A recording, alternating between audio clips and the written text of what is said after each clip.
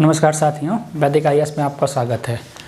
जैसा कि हमारी क्लास एक तरफ ऐसे की चल रही है और दूसरी तरफ क्या कहते हैं, बहुत सारे बच्चों का मैसेज आया, सर प्रीलिम्स में बड़ी प्रॉब्लम होती है, सर क्या पढ़ें क्या छोड़ें, पैटर्न चेंज हो गया है। जैसे कि अब ये कह सकते हैं कि कोई ये नहीं कह सकता आज के ज़माने में कि मेरा पढ़ाया हुआ सब प्रीलिम्स में आ जाएगा।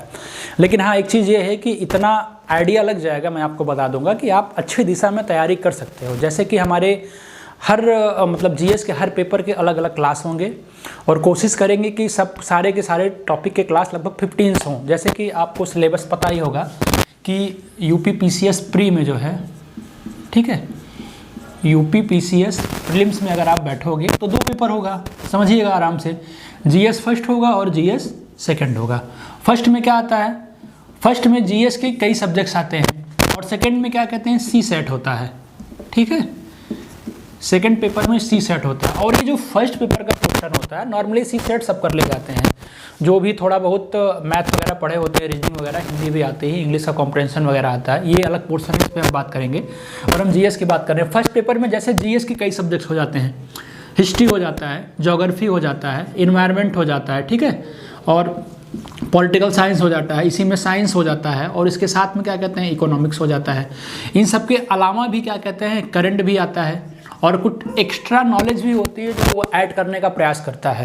तो इन सब विषय को हम क्यों ना इससे ऐसे तोड़ लें, ऐसी चीज़ों को इसमें से छांट के निकाल लें जहाँ से देखा जाए तो हर साल प्रश्न आते ही आते हैं। जैसे कि मैं आपको बेसिक आइडिया दूंगा, जैसे मेरे बहुत सारे वीडियोस पड़े हैं, अगर आप जाओगे देखने के लिए तो उसमें ओवर आइडिया आपको मिल जाएगा। लगभग मुझे लग रहा है कि सारे के सारे विषय के एनालिसिस होंगे टॉपिक्स के, कि कहाँ से प्रश्न आता है, कहाँ से नहीं आता है। देखिए मैं जैसे आपको बताऊँ, मान लीजिए मैं इतिहास उठा ले रहा हूँ, ठीक है। इस क्लास में हम सिर्फ इतिहास की बात करेंगे कि इतिहास में प्रश्न कहाँ से आता है। और ऐसे मेरी अलग अलग कई क्लास होंगी जिसमें इतिहास के अलावा हम लोग बात करेंगे क्या कहते हैं, और भी विषय की, पॉलिटिकल साइंस की कहाँ से प्रश्न आता है। आप किन चीज़ों को अच्छे से पढ़िए। जैसे कि मान लीजिए कि इतिहास का कोई भी व्यक्ति होगा, ठीक है, देखिए ध्यान से समझिए, ये हो गया हिस्ट्री आपका, ठीक है। हिस्ट्री में क्या कहते हैं, आप लोग 3 विषय पढ़ते होगे। एक पढ़ते हो एंशिएंट, ठीक है, और दूसरा मेडिवल पढ़ते हो, और क्या पढ़ते हो, मॉडर्न पढ़ते हो, ठीक। Ancient, medieval, modern. तो आजकल जो प्रश्न बन रहे हैं वो सब चीज़ों को मिला के बन रहे हैं। अगर आप कहिए कि मैं मॉडर्न पढ़ के चला जाऊं और मैं 100% इतिहास कर लूँगा तो असंभव है। पिछले बार का आप पेपर देखिए, पिछले बार क्या कहते हैं, जो क्वेश्चन मैक्सिमम बना है मेडिवल से बनाने का प्रयास किया है, एंशिएंट से भी प्रश्न बनते हैं। अब मुद्दा ये उठता है कि प्रश्न जो आते हैं कहाँ कहाँ से आते हैं, ठीक है, कहाँ कहाँ से आते हैं और हमें किन चीज़ों को पढ़ने की ज़रूरत है।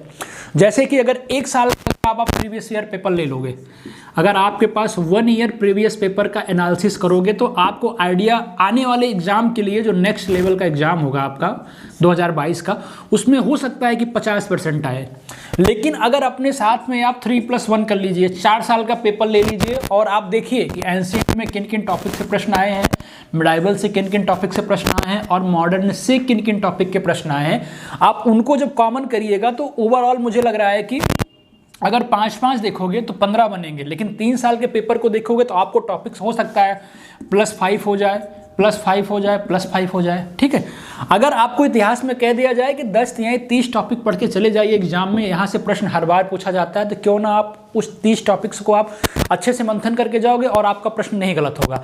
अब यूपी पीसीएस चाहे असर्शन रीजन में प्रश्न पूछे, चाहे क्या कहते हैं ऑब्जेक्टिव टाइप में पूछ ले, कुछ भी पूछ ले, और बहुत कम चांसेस होगा कि आपका प्रश्न गलत होगा। जैसे कि एक एनालिसिस अगर देखें हम आपके सामने एंशिएंट, मेडिवल और मॉडर्न का, इसके बाद इसी एनालिसिस के बाद जो मैं एनालिसिस करूंगा आपके सामने, इसी पे मैं क्लास भी लूँगा और कोशिश करूंगा कि हर क्लास 15 से 20 मिनट की हो और एक बेसिक आइडिया आपको मिले ताकि आप एग्जाम में अच्छा करके आओ इस बार, ठीक है। देखिए एंशिएंट, मेडिवल और मॉडर्न की हम अलग अलग अगर बात करें तो, जैसे कि एंशिएंट में पहला ही टॉपिक होता है, ठीक है, पहला ही टॉपिक हो जाता है जो पाषाण काल का हमारा पोर्शन आता है। पाषाण काल से एक आध प्रश्न पूछता है और मोस्टली कभी कभी 2 कर देता है, कभी 1 करता है कि तांबे के बर्छे कहाँ पाए गए, मानव कंकाल कहाँ पाए गए हैं, दक्षिण दिशा में कुत्ते के साथ, मतलब मनुष्य के साथ कुत्ता कहाँ दफनाया गया है, और नर्तकी कहाँ पाए गए। इस तरह के प्रश्न मैक्सिमम पूछते हैं। तो आप पाषाण काल से सिंधु सभ्यता को जोड़ते हैं कि इनसे एक आध प्रश्न पूछता है, ठीक है, पाषाण काल के साथ साथ सिंधु सभ्यता से। वैदिक काल से प्रश्न पूछता है, नो डाउट। वैदिक काल से देवताओं पे क्वेश्चन पूछता है, देवियों से कोई क्वेश्चन पूछता है प्रश्न, ठीक है। वैदिक काल, उत्तर वैदिक काल को पढ़ लीजिए। इसके बाद जो सेगमेंट आता है हमारा धर्म का, ठीक है। रिलीजन हमारे कितने हैं, ये बहुत इंपॉर्टेंट है। जो रिलीजन हमारे हैं वो जो है बौद्ध से पूछता है और जैन से, इन दोनों से मैक्सिमम पूछता है। शैव और वैष्णव धर्म से प्रश्न कम पूछता है, ठीक है। एंशिएंट का रोल जहां तक है मुझे लग रहा है कि यहां से प्रश्न जो है एग्जाम में अगर देखा जाए तो कभी 3, कभी 4, कभी 2 बन जाते हैं, ठीक है। अगर मिडाइवल में एंट्री करोगे आप, अभी एंशिएंट में बहुत सारे पोर्शंस आएंगे जो कॉमन अभी डिस्कस कर दे रहे हैं, लेकिन अगर आप मिडाइवल में बढ़ोगे, अगर सल्तनत काल से लेके शुरू करोगे सल्तनत काल से, तो यहाँ से आपका प्रश्न बनना शुरू हो जाता है। कभी बलबन पे बनता है, कभी इल्तुतमिश पे बनता है, कभी कुतुबुद्दीन ऐबक पे बनता है, तो प्रश्न बनने की संख्या शुरू हो जाती है। खासकर जैसे मोहम्मद बिन तुगलक पे बन जाता है, फिरोज शाह तुगलक पे भी बन जाता है। तो जो सल्तनत काल है ये बहुत इंपॉर्टेंट हो जाता है। इसी के परिवेश में जो अलग चीज़ें चलती हैं, जैसे कि सिख संप्रदाय, ठीक है, धार्मिक सुधार आंदोलन के कुछ पोर्शन चलते हैं, सिख संप्रदाय पे पूछता है, और सूफी संतों पे, ठीक है, सूफी संत पे भी प्रश्न पूछता है और सिख संप्रदाय से भी पूछता है, ठीक है। उसके बाद फिर क्या कहते हैं, इसको आप एंड करोगे, यहाँ से प्रश्न मुझे लग रहा है 3 से 4 प्रश्न आपको यहाँ से भी मिल जाएंगे, ठीक है। उसके बाद मॉडर्न एक अपने आप में विस्तृत कड़ी हो जाती है। मॉडर्न को पढ़ने का तरीका एक अलग हो जाता है। जैसे कि आप मॉडर्न को कुछ अजीब तरीके का पढ़ने का प्रयास कीजिए। जैसे मैं बताऊंगा आपको, जब मैं पढ़ाना शुरू करूंगा कि गांधी का काल कहाँ से कहाँ तक चलता है, सुभाष चंद्र का बोस का काल कहाँ से कहाँ तक चलता है, उन्होंने क्या क्या किया देश के लिए, कैसे कैसे आंदोलन हुए। पहला नंबर तो 2 से 3 प्रश्न मॉडर्न के बन जाते हैं कालक्रम को लेके।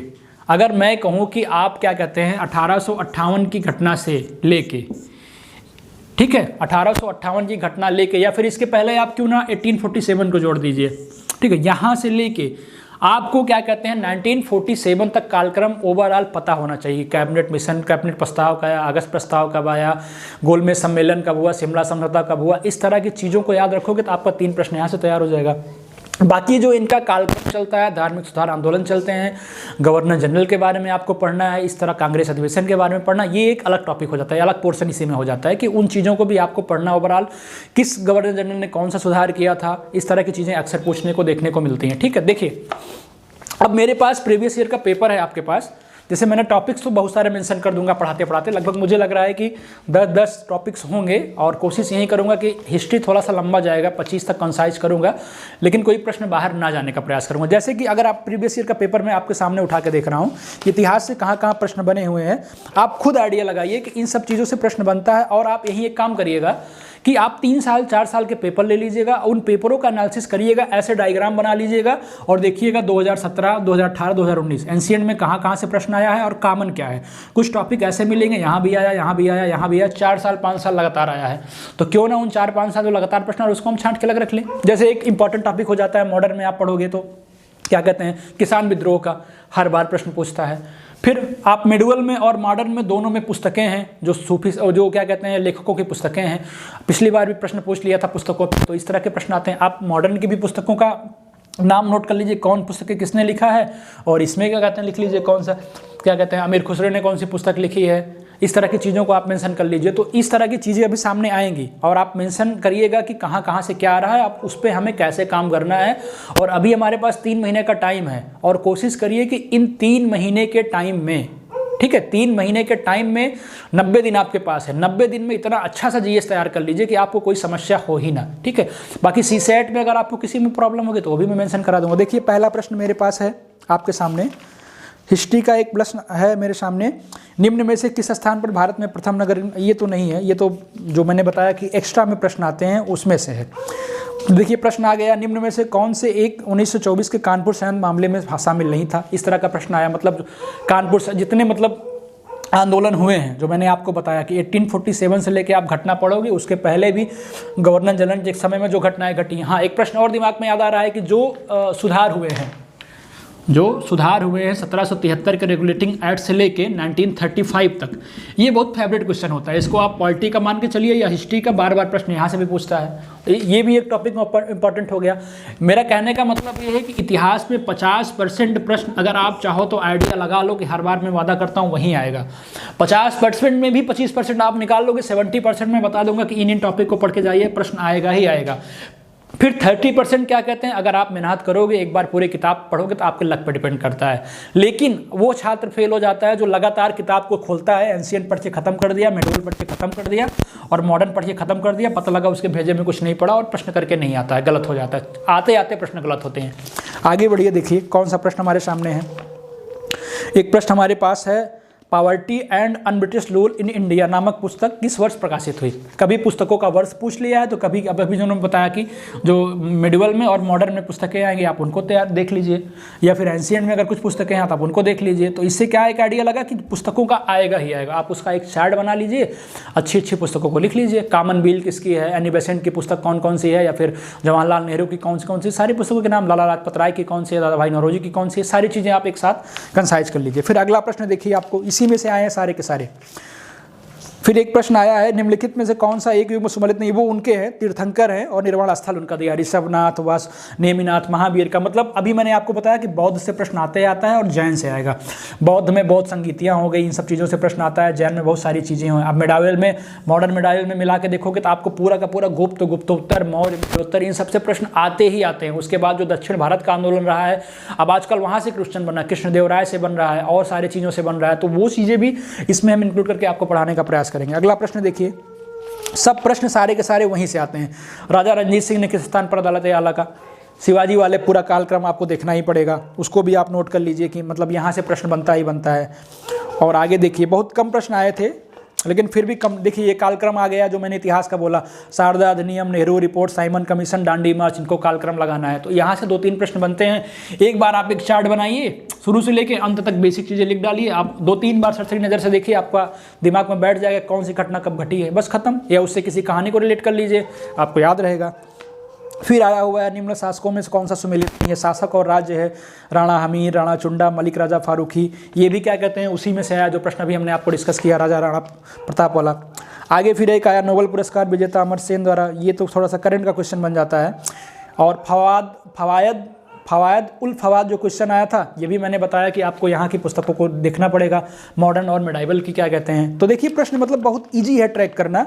अगर आप बहुत ज़्यादा पढ़ते जा रहे हो तब भी नहीं उचित है कि आपका एग्जाम में सिलेक्शन होना तय है।